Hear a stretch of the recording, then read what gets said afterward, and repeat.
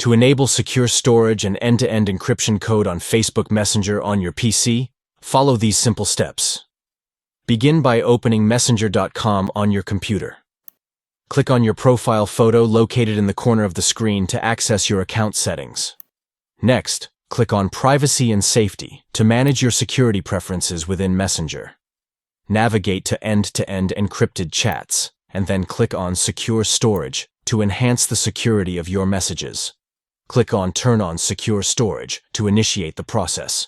You will be prompted to choose a secure storage option. Select either a PIN, a 40-character code, or choose to store your backup solely on your device. This step adds an additional layer of security to your messages. Follow the on-screen instructions to create your PIN or copy the 40-character code. Remember to store this information securely for future reference. By completing these steps, you have successfully activated secure storage and end-to-end encryption on Facebook Messenger on your PC. Enjoy enhanced privacy and security while communicating with others online.